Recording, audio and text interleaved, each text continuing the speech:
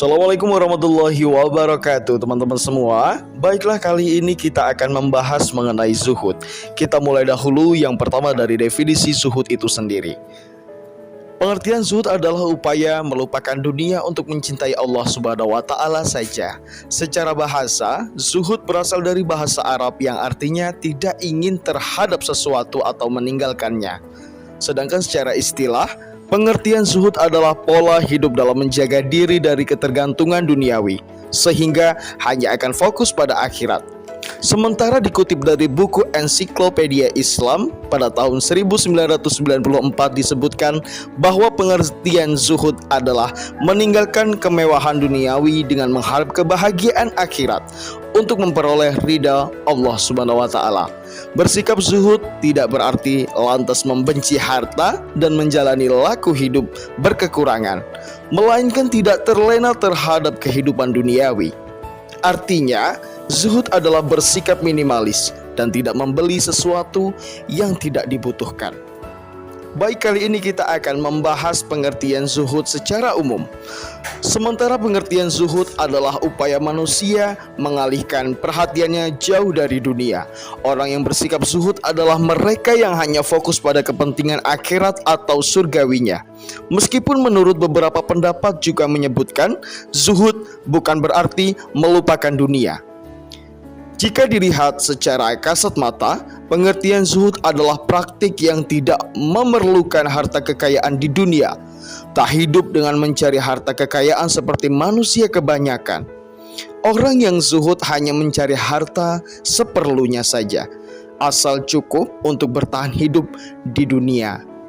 Bisa dikatakan, pengertian zuhud merupakan suatu keputusan melupakan dunia untuk mencintai Allah Subhanahu wa Ta'ala saja, melupakan angan-angan dan hanya melihat dunia dari sudut pandang tidak membutuhkannya. Zuhud adalah menganggap kecil dunia. Mengulik lebih dalam pengertian zuhud menurut para ahli, sejumlah ulama berikut ini berpendapat lain mengenai pengertian zuhud, yaitu yang pertama Imam Abu Sulaiman Ad-Darani. Pengertian zuhud adalah meninggalkan segala sesuatu yang menyibukkan seorang dari Allah Subhanahu wa Ta'ala. Yang kedua, menurut Imam Sufyan Ats-Tsauri, pengertian zuhud adalah terbatasnya angan-angan. Yang ketiga, menurut Imam Junaidi, pengertian zuhud adalah menganggap kecil dunia dan menghapus pengaruhnya di hati. Menurut imam yang keempat, yaitu Imam Wahib bin Warq, pengertian zuhud adalah tidak merasa putus asa tatkala harta benda dunia terlepas dari genggaman dan tidak merasa senang ketika ada perkara dunia yang datang. Yang kelima, menurut Ibu Ajibah, pengertian zuhud adalah terbebasnya hati dari ketergantungan selain kepada Allah Subhanahu wa Ta'ala. Kemudian kita bisa melihat ciri-ciri orang yang mengamalkan zuhud, yaitu zuhud dapat dirasakan dalam batin seseorang. Dikutip dari Triwahyu Hidayati tahun 2016, ciri-ciri orang yang zuhud antara lain: 1. Mengetahui bahwa kehidupan dan kesenangan dunia hanyalah sementara. 2. Mengetahui bahwa kehidupan akhirat itu kekal dan lebih baik. 3. Memandang bahwa dunia adalah tempat untuk menyiapkan kehidupan akhirat. 4. Mengeluarkan dari hati kecintaan pada dunia. 5. Memasukkan kecintaan pada Allah Subhanahu wa Ta'ala. 6. Melepaskan diri dari ketergantungan pada makhluk.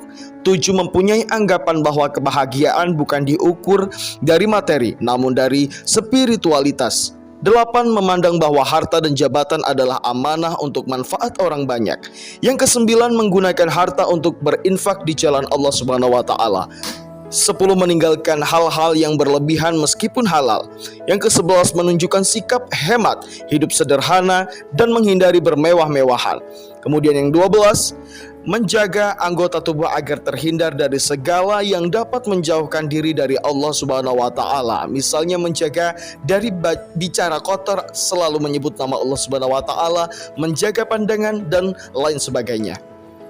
Tingkatan zuhud jika kita ketahui menurut Imam Ahmad ada 3 tingkatan zuhud yang bisa dipahami.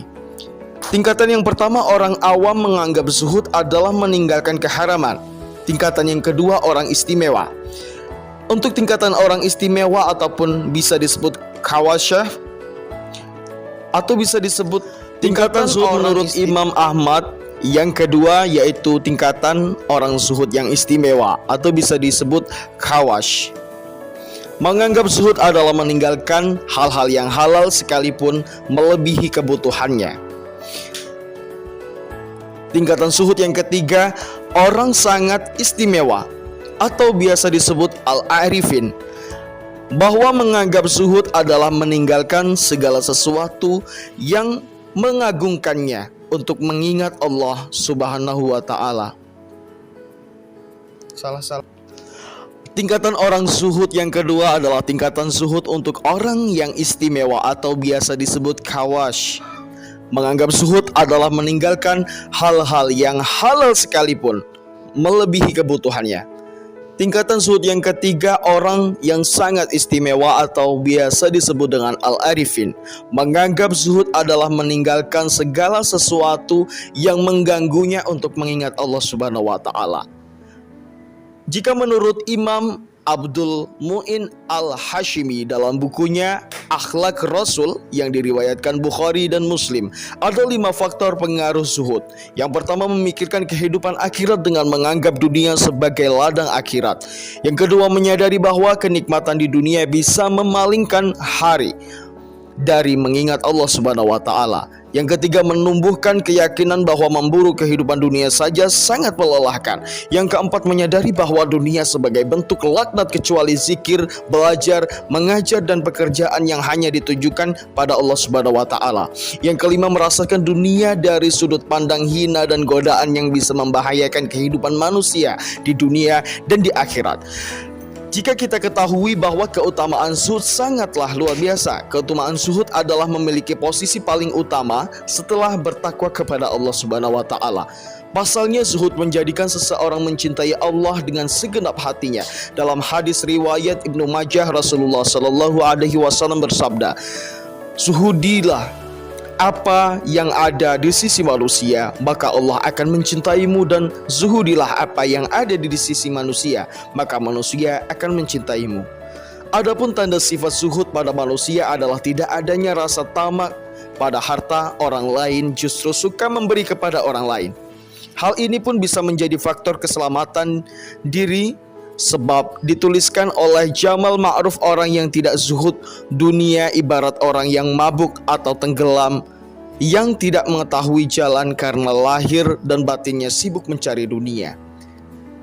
Dalil-dalil yang menjelaskan zuhud terdapat pada Al-Quran surah Al-Hadid ayat 23. Likai la tansau ala ma fatakum wa la tafrahu bima atakum wallahu la yuhibbu kulla mukallafin fakhur. Artinya, kami jelaskan yang demikian itu supaya kamu jangan berduka cita terhadap apa yang luput dari kamu, dan supaya kamu jangan terlalu gembira terhadap apa yang diberikannya kepadamu. Dan Allah tidak menyukai setiap orang yang sombong lagi membanggakan diri.